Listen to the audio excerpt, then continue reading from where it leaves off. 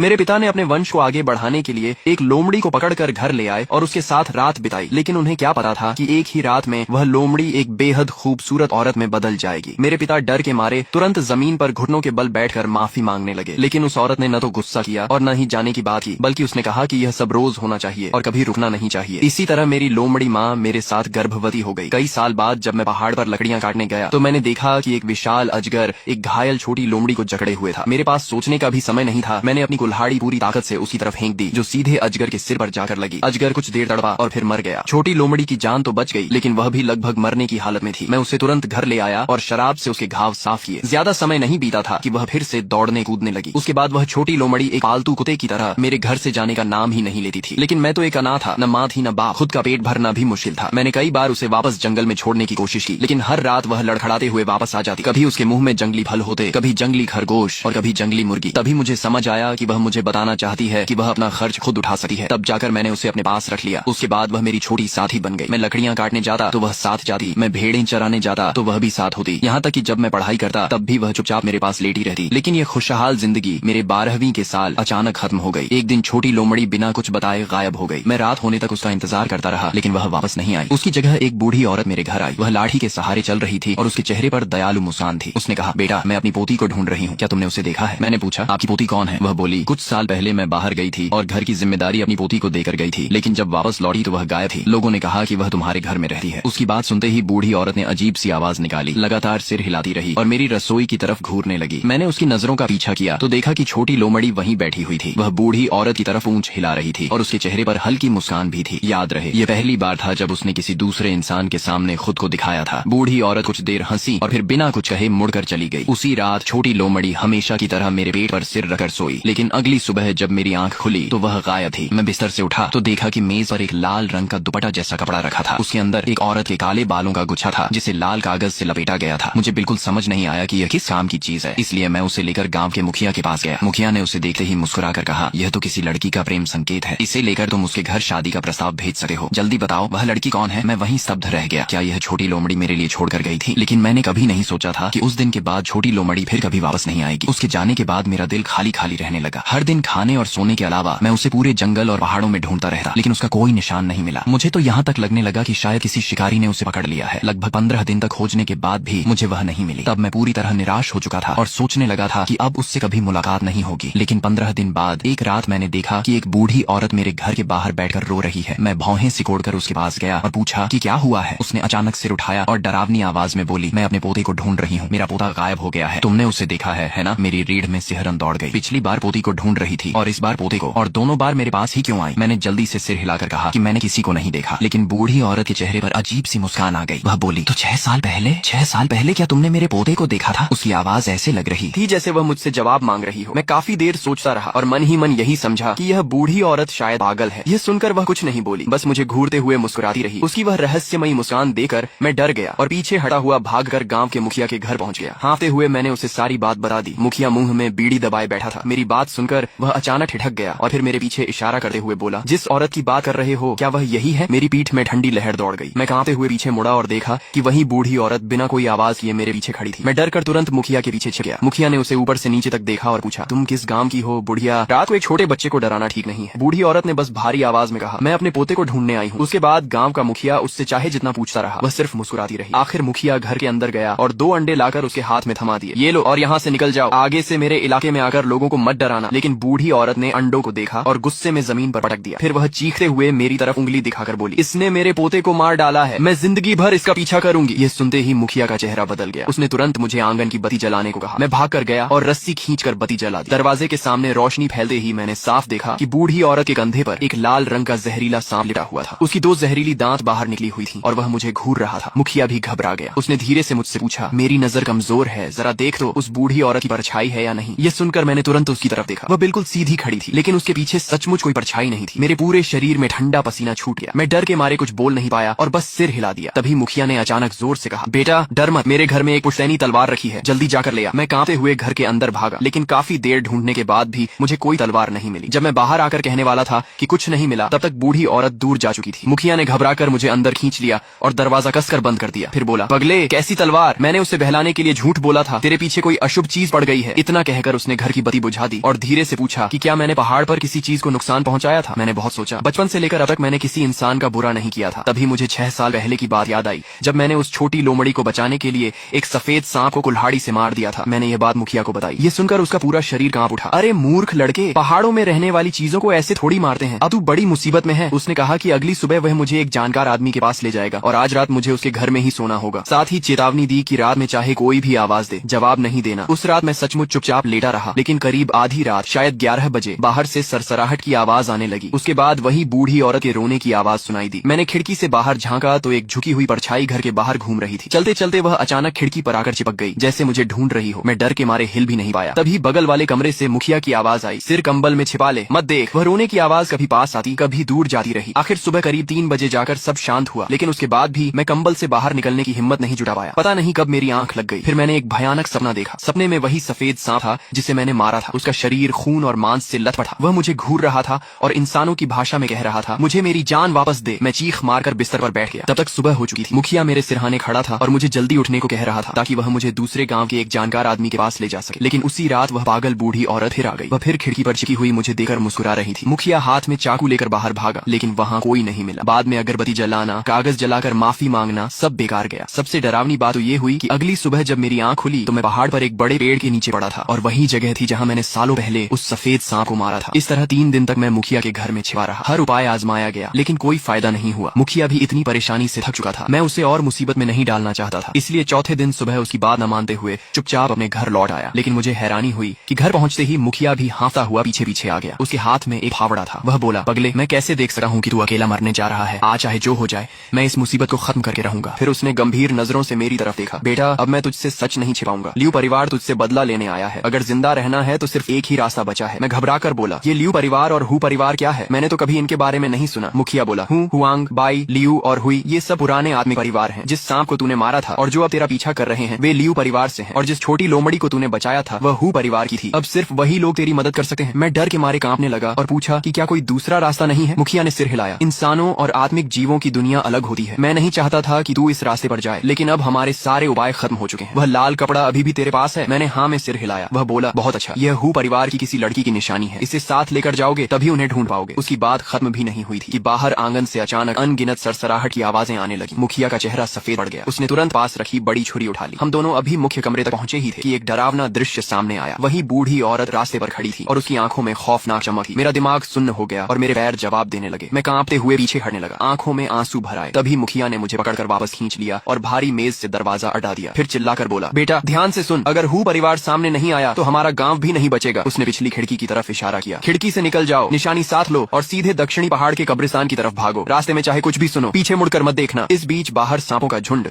दरवाजे पर जोर जोर से टकरा रहा था। कुछ छोटे सांप तो दरवाजे की दरारों से अंदर घुसने भी लगे थे। मुखिया ने दांत भींच लिए और पूरे शरीर से दरवाजे को थाम लिया। मैं उस बूढ़े आदमी को देख रहा था और मेरी आंखों से आंसू बह निकले। मैंने जल्दी से वह लाल कपड़ा सीने से लगाया, पिछली खिड़की को लात मारकर खोला और अंधेरी रात में दौड़ पड़ा। मैं ज्यादा दूर भी नहीं भागा था कि पीछे से तेज सरसराहट सुनाई दी। एक लाल रंग का जहरीला सांप मेरा पीछा कर रहा था। उसकी रफ्तार इतनी तेज थी कि वह लगभग मेरे पैरों तक पहुंच गया था। मेरा दिल बैठ गया। तभी मेरा पैर फिसला और मैं आगे की तरफ गिर पड़ा। उसी पल बगल की झाड़ियों से एक सफेद परछाई बिजली की तरह बाहर निकली। उसके मुंह से जानी पहचानी लोमड़ी की आवाज निकली। मैंने ध्यान से देखा तो वह वही छोटी सफेद लोमड़ी थी, लेकिन अब उसकी 2 पूंछ थी। वह बिना डरे उस जहरीले सांप पर टूट पड़ी और उससे लड़ने लगी। मैंने देखा कि दोनों आपस में बुरी तरह लड़ रहे थे। ये देखकर मैंने तुरंत अपनी लकड़ी काटने वाली बड़ी छुरी उठाई और उनकी मदद करने के लिए दौड़ने लगा। लेकिन तभी छोटी लोमड़ी ने अचानक उस जहरीले सांप की पूंछ अपने मुंह में दबोच ली और पलक झपकते ही उसे घसीटे हुए काले घने जंगल के अंदर गायब हो गई। मैं उसके पीछे भागना चाहता था, लेकिन जंगल इतना अंधेरा था कि रास्ता तक दिखाई नहीं दे रहा था। तभी रात की ठंडी हवा का झोंका आया और मेरे नाक में एक जानी पहचानी खुशबू पहुंची। ये वही खास खुशबू थी जो हमेशा छोटी लोमड़ी के शरीर से आती थी। उसी पल मुझे सब समझ में आ गया। वह कभी कोई साधारण लोमड़ी नहीं थी, वह सचमुच एक लोमड़ी देवी थी। उसे दोबारा देखने के बाद मेरे दिल का काफी डर खत्म हो गया, लेकिन मेरे पास रुकने का समय नहीं था। गांव के मुखिया दादा अभी भी मेरी वजह से खतरे में थे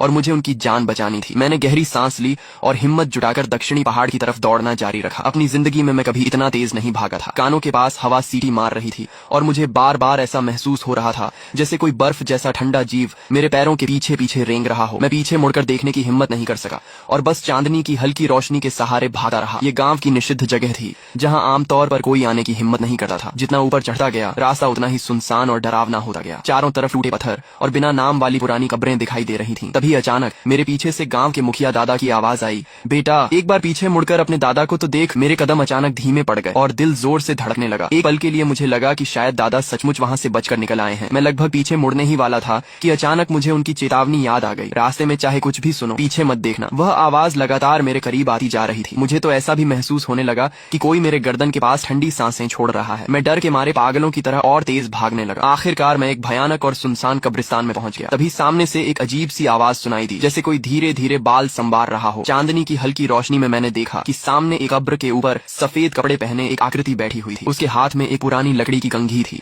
और वह धीरे धीरे अपने बहुत लंबे बालों को संवार रही थी। उसके काले बाल जमीन तक घिसट रहे थे और वह पीठ करके चुपचाप बैठी हुई थी। तभी वह सफेद आकृति धीमी आवाज में बोली, लड़के मेरे बाल देखो, क्या ये सुंदर है। उसकी आवाज सुनते ही मेरा पूरा शरीर जम गया। तभी मुझे डरावनी सच्चाई का एहसास हुआ। वह मेरी तरफ पीठ करके नहीं बैठी थी, बल्कि शुरू से ही मेरी तरफ मुंह करके बैठी थी। अगले ही पल उसने अपने चेहरे पर लटक रहे बिखरे बालों को हटाया और एक सफेद डरावना चेहरा सामने आ गया। यह दृश्य देखते ही मेरे पैरों से ताकत निकल गई और मैं जमीन पर गिर पड़ा। उसी समय मेरी बाहों में दबा लाल कपड़ा और बालों का गुच्छा भी लुढ़कर बाहर गिर गया। वह महिला आत्मा अचानक चीख उठी और मेरी तरफ झपट पड़ी। उसी समय पीछे की झाड़ियों से वह लाल जहरीला सांप भी निकल आया और अपने जहरीले दांत दिखाते हुए सीधे मेरे गले की तरफ बढ़ा। मेरे सामने भूत और पीछे सांप था। मेरे हाथ में सिर्फ लकड़ी काटने वाली छुरी थी। उस पल मुझे लगा कि अब मेरा बचना नामुमकिन है। लेकिन ठीक उसी समय जमीन पर पड़ा लाल कपड़ा अचानक लाल रोशनी से चमक उठा। उसके अंदर रखा काले बालों का गुच्छा बिना हवा के अपने आप जलने लगा और फिर धुएं की एक पतली लकीर बनकर आसमान की तरफ उड़ गया। ऐसा लगा जैसे समय उसी पल रुक गया हो। हवा में झपटी हुई वह महिला आत्मा अचानक किसी अदृश्य दीवार से टकरा गई और दर्द भरी चीख मारने लगी। वह डर कर चिल्लाई, हूँ परिवार की पवित्र अग्नि, जैसे उसने अपने सबसे बड़े दुश्मन को देख लिया हो। अगले ही पल वह काले धुएं में बदल गई और तेजी से वापस अपनी कब्र में घुस गई। वहीं वह भयानक लाल सांप भी अचानक अपनी सारी ताकत खो बैठा। वह धप से जमीन पर गिर पड़ा और डर के मारे अपना सिर मिट्टी में छिपा लिया। उसका पूरा शरीर कांप रहा था और उसमें भागने की भी हिम्मत नहीं बची थी। मैं जोर जोर से सांस लेने लगा। मेरी पीठ पसीने से भीग चुकी थी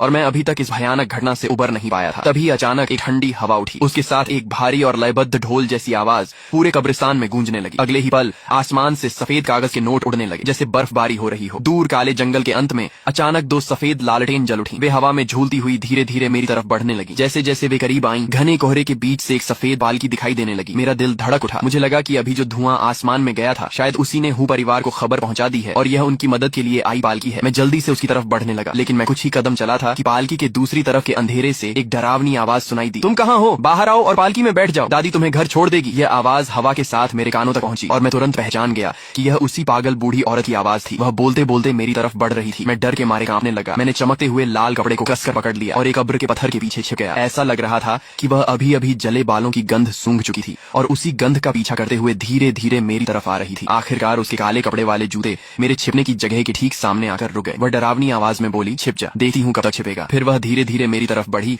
और हवा सूंघती हुई मेरे बेहद करीब आ गई। कुछ पल ऐसे ही बीते। फिर उसने ठंडी आवाज में नाक से फुंकार भरी, मुड़ी और वहां से चली गई। जब उसकी परछाई पूरी तरह गायब हो गई, तब जाकर मैंने राहत की सांस ली। मुझे गांव के मुखिया दादा की बात याद आई। मैं उस धुंधली पहाड़ी पगडंडी पर आगे बढ़ता गया। आखिरकार पहाड़ की चोटी पर पहुंचकर मुझे वह विशाल पेड़ मिल गया जिसके बारे में दादा ने बताया था। पेड़ के पीछे खोजने पर मुझे एक पत्थर की शिला दिखाई दी जिस पर हु परिवार के पूर्वजों का नाम खुदा हुआ था। मैं उसके सामने घुटनों के बल बैठ गया। पत्थर की उस शिला के सामने मैं घुटनों के बल बैठ गया और दोनों हाथों से लाल कपड़ा उठाकर 3 बार सिर झुकाकर प्रणाम किया। अगले ही पल अचानक चारों तरफ तेज हवा चलने लगी। सूखे पत्ते हवा में उड़कर मेरे चारों ओर घूमने लगे। तभी मेरे पीछे एक महिला की आवाज सुनाई दी, हम तुम्हारा काफी समय से इंतजार कर रहे थे, तुम आ गए हो, मेरे साथ चलो। मैं तुरंत खड़ा हुआ और सम्मान से झुकर उसे प्रणाम किया। वह हल्का सा मुस्कुराई और बोली, मेरा नाम दौर है, मैं हूँ परिवार की सबसे बड़ी बेटी हूँ, मैं खास तुम्हें लेने आई हूँ। आगे चलकर हम एक ही परिवार के सदस्य बन जाएंगे, इसलिए इतना फॉर्मल होने की जरूरत नहीं है। ये सुनकर मैंने राहत की सांस ली और उसका धन्यवाद किया, लेकिन उसने हाथ हिलाकर कहा, धन्यवाद मुझे नहीं, हमारी दूसरी राजकुमारी को देना। उसी ने जिद की थी कि मैं तुम्हें लेने आऊं, नहीं तो मुझे आने में कोई दिलचस्पी नहीं थी। वह मुस्कुराई तो मैं खुद को रोक नहीं पाया और पूछ बैठा, लिंगर कौन है? वह हंसकर बोली, लिंगर वही है जिसे तुम छोटी लोमड़ी कहते हो, हमारे परिवार की सबसे प्यारी बेटी। जब तुम्हारी शादी की रात होगी तब तुम उसे देख लोगे। यह सुनते ही मेरा दिल जोर जोर से धड़कने लगा। सचमुच वह छोटी लोमड़ी ही थी। जैसे ही उसने शादी की बात की, मेरा चेहरा लाल हो गया। यह देखकर वह और ज्यादा खुश हो गई। उसने कहा, हमारे यहाँ नियम है कि शादी से पहले दूल्हा दुल्हन एक दूसरे को नहीं देख सकते। देखो तुम कितने बेचैन हो, चिंता मत करो, 6 साल तक तुम्हारे साथ रहने वाली हमारी राजकुमारी लिंगर ऐसी सुंदर लड़की है जिसे देखकर हजारों लड़के दीवाने हो जाते हैं। ये सुनकर मेरा चेहरा और भी लाल हो गया और मैं चुपचाप उसके पीछे चलने लगा। आगे पूरे रास्ते हम दोनों ज्यादा नहीं बोले। काफी देर चलने के बाद अचानक सामने एक छोटा सा महल जैसा स्थान दिखाई दिया जो रोशनी से जगमगा रहा था। दरवाजे पर नौकर खड़े थे। मैं द्वार के पीछे पीछे अंदर जाने लगा। तभी मेरी नजर सामने वाली इमारत की दूसरी मंजिल पर गई। वहाँ खिड़की के पास कोई मुझे देख रहा था। ध्यान से देखने पर लगा कि वह लाल शादी के कपड़ों में एक लड़की थी जिसके सिर पर सुंदर मुकुट जैसा आभूषण था। वह चुपके से मुझे देख रही थी, लेकिन जैसे ही हमारी नजरें मिली, वह शर्माकर तुरंत अपने चेहरे को आसीन से ढककर छिप गई। मैं मन ही मन सोचने लगा, क्या वह सचमुच छोटी लोमड़ी है? लेकिन मैं अपनी उत्सुकता दबाकर दौड़ के साथ अंदर चला गया। जैसे ही कमरे में पहुंचा मैंने देखा कि वहाँ बहुत सारे लोग बैठे हुए थे। तभी मेरी नजर एक बूढ़ी महिला पर पड़ी और मैं चौंक गया। ये वही दादी थी जो कई साल पहले मेरे घर अपनी पोती को ढूंढने आई थी। द्वार ने मेरी तरफ देखकर कहा, ये हमारी माता जी हैं। मैंने तुरंत सम्मान से झुककर उन्हें प्रणाम किया। बूढ़ी महिला मुस्कुराई। उसके चेहरे पर दयालुता तो थी, लेकिन उससे भी ज्यादा एक ऐसा रौब था जिससे हर कोई सम्मान करने लगे। इसके बाद द्वार ने मुझे वहाँ बैठे बाकी लोगों से भी मिलवाया। जब हम सब बैठ गए तब बूढ़ी महिला बोली, द्वार बाहर जाओ और दरवाजे पर नजर रखो। लियू परिवार के लोग आसपास हैं, हम उनका स्वागत नहीं करते, उन्हें अंदर मत आने देना। भोज तैयार है, बाकी सब लोग जाकर बैठ जाएं। थोड़ी ही देर में कमरे में सिर्फ मैं और बूढ़ी महिला रह गए। तभी उनका चेहरा गंभीर हो गया। उन्होंने कहा, बेटा तुम्हारे बारे में मुझे सब पता है। जब तक तुम्हारी शादी पूरी नहीं हो जाती दुश्मन कभी भी बीच में रुकावट डाल सकता है। तुमने हमारी बेटी की जान बचाई थी, इसलिए हम पूरी ताकत से तुम्हारी मदद करेंगे, लेकिन हमारे परिवार के भी कुछ नियम हैं। शादी से पहले आने वाली मुश्किलों का सामना तुम्हें खुद करना होगा। क्या तुम ये समझते हो? मैं डर के मारे कांप रहा था, लेकिन फिर भी सिर हिलाकर बोला, मैं समझता हूँ। अगर इससे मेरे दादा की जान बच सकती है तो मैं हर खतरा उठाने को तैयार हूँ। मेरी बात सुनकर बूढ़ी महिला के शरीर में हल्का सा कंपन हुआ। उन्होंने गहरी सांस ली और कहा, अच्छा सचमुच जो व्यक्ति हो परिवार का दामाद बनने योग्य हो वह साधारण नहीं हो सकता। मुझे तुम पर भरोसा है। इसके बाद उन्होंने नौकरों को बुलाया। मुझे दूल्हे के कपड़े पहनाए गए, सिर पर शादी की टोपी रखी गई और लाल रंग का शानदार वस्त्र पहनाया गया। फिर मुझे एक लाल पालकी में बैठा दिया गया। पालकी अभी गली में कुछ ही दूर गई थी कि अचानक बाहर से एक अजीब आवाज सुनाई दी, अरे यहाँ शादी हो रही है क्या? जैसे ही ये आवाज आई पालकी तुरंत रुक गई। मेरे शरीर में सिहरन दौड़ गई। मैंने खिड़की का पर्दा हटाकर बाहर देखा। तभी बाहर खड़ी द्वार गुस्से से चिल्लाई, बकवास बंद कर। हूँ परिवार की सीमा में आकर बदतमीजी करने की हिम्मत कैसे हुई? तभी पता नहीं कहाँ से एक लाल सांप बिजली की तरह निकला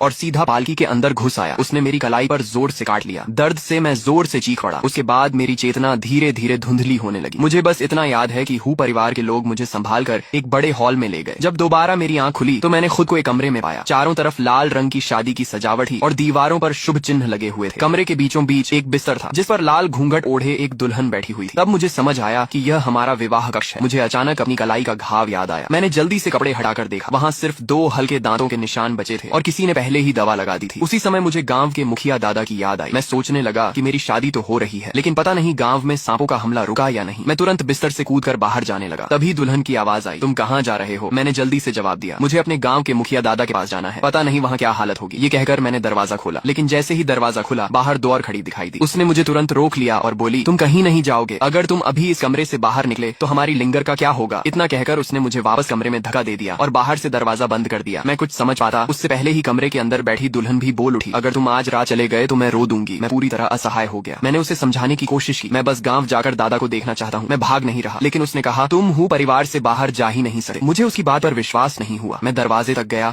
और पूरी ताकत से उसे खींचा, लेकिन वह बाहर से बंद था। मैं परेशान होकर सोच ही रहा था कि अब क्या करूं। तभी दुल्हन ने कहा, अगर तुम सच में जाना चाहते हो तो मैं तुम्हारे साथ चल सकती हूँ, मुझे बाहर निकलने का तरीका पता है। मैं ये सुनकर खुश हो गया, लेकिन उसने तुरंत सिर हिलाकर कहा, नहीं अभी नहीं, पहले तुम्हें मेरा घूंघट उठाना होगा। माँ ने कहा है कि यह काम सिर्फ दूल्हा ही करेगा। उसके बाद हमें शादी की रस्म के अनुसार साथ में शराब भी पीनी होगी। मैं बेचैन होकर दरवाजे की तरफ देखने लगा। समय बर्बाद करने का मौका नहीं था, इसलिए मैं जल्दी से उसके सामने पहुंचा और उसका घूंघट उठाने के लिए हाथ बढ़ाया, लेकिन वह नाराज होकर बोली, हाथ से नहीं, वहाँ रखी हुई लकड़ी की छड़ी से उठाओ। मैं मन ही मन हैरान रह गया। मैंने सोचा ये लड़की कितनी नियमों वाली है, लेकिन मेरे पास कोई और रास्ता नहीं था। मैं मेज के पास गया, वह छड़ी उठाई और वापस उसके सामने आ गया। उसी समय मैंने देखा कि उसने अपने दोनों गोरे हाथों से अपने कपड़ों को कसकर पकड़ रखा था। ऐसा लग रहा था कि वह मुझसे भी ज्यादा घबराई हुई है, लेकिन उस समय मेरे पास उसके बारे में सोचने का समय नहीं था। मैंने बिना देर किए छड़ी उठाई और उसके लाल घूंघट को एक ही झटके में ऊपर उठा दिया। तो दोस्तों फिलहाल इस मैनहवा के सिर्फ इतने ही पार्ट्स रिलीज हुए हैं, इसलिए स्टोरी यहीं तक अवेलेबल है। जैसे ही इस